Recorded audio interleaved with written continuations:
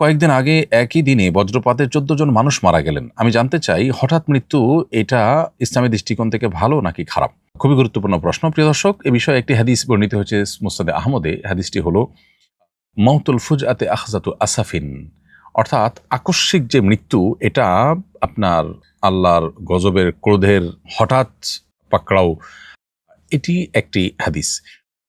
এর বাইরে আরেকটা হাদিস আছে, নবী সাল্লাল্লাহু আলাইহি সাল্লাম একবার একটা দেয়ালের কাছাকাছি ছিলেন, দেয়ালটা যে কোনো মুহূর্তে পড়ে যাবে এরকম একটা অবস্থা ছিল। নবী সাল্লাল্লাহু আলাইহি সাল্লাম তখন সরে এসেছেন এবং বলেছেন যে আমি এই আকস্মিক মৃত্যু থেকে বাঁচতে চাই এবং পানা চাই। কারণ হলো এর ফলে মৃত্যুর আগে যে ওসিয়ত করার সুযোগ থাকে সেটি থেকে বঞ্চিত হয় মানুষ, এবং এর ফলে মৃত্যুর আগে তওবা করার, ইস্তেগফার করার যে সুযোগ থাকে সেটা থেকে মানুষ বঞ্চিত হয়। এজন্য এটা আমি চাই না।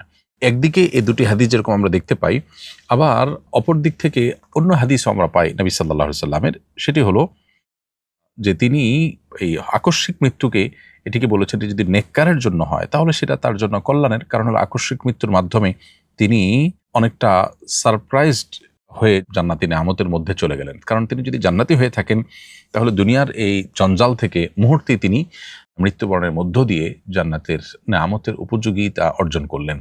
এটি তার জন্য পজিটিভ এবং ভালো। আর যদি কেউ গুনাহগার হয়, জাহান্নামী হয়, কাফির ফাসিক হয়, তাহলে সেক্ষেত্রে তার জন্য আকস্মিক মৃত্যুটা খারাপ, বিকজ তার এটা দুনিয়া যেটুকু নেয়ামত ছিল সেটুকু তার বিচ্ছিন্ন হয়ে গেল। তো এই জন্য আকস্মিক মৃত্যুকে মৌলিকভাবে খারাপ বলার কোনো কারণ নাই। যদিও যে হাদিসটি আমরা দেখেছি যে মাউতুল ফুজআতে আখযাতু আসাফিন বলা হয়েছে, প্রথম যে হাদিসটা আমরা উল্লেখ করেছি সেটা মূলত কাফির এবং ফাসিক তাদের জন্য প্রযোজ্য, এবং খারাপ মানুষদের জন্য এটি প্রযোজ্য, বিশেষ করে যাদের তওবা নাই, ইস্তেগফার নাই, আল্লাহর কাছে যাওয়ার জন্য প্রস্তুতি নেই, এবং যাদের মধ্যে ঈমান নাই, নেকামল নাই, তাদের জন্য এটি প্রযোজ্য। বাট নেককার, মুত্তাকি, পরহেজগার যদি থাকেন তাহলে সেক্ষেত্রে তার জন্য এটি মন্দ কোনো কিছু নয়। তাছাড়া আল্লাহর অনেক নেককার বান্দা, অনেক প্রিয় বান্দা যারা হঠাৎ মৃত্যুর মুখোমুখি হয়েছে, তো এর মাধ্যমে মানুষের অন্তত ভালো মন্দ নিরূপণ করা যায় না। হ্যাঁ, এটা ঠিক যে মানুষ কিছু জিনিস করে যেতে চায়, হঠাৎ মৃত্যুতে সে সুযোগটা থাকে না, যেটি পরের হাদিস দ্বারা জানা গেল। এই জন্য যদি কারো সুযোগ থাকে হঠাৎ মৃত্যু এড়ানোর, তো অবশ্যই তিনি সেই চেষ্টাটা করবেন, করা উচিত। যদি হয় কারো হঠাৎ মৃত্যু, তিনি নেককার হলে সেটি তার জন্য ইনশাআল্লাহ ভালো বিষয় হিসাবে আবির্ভূত হবে। আর বদকার হলে তো ভিন্ন কথা। আল্লাহ তাআলা আমাদেরকে ভালো মৃত্যু এবং নেককার মৃত্যু নসিব করুন।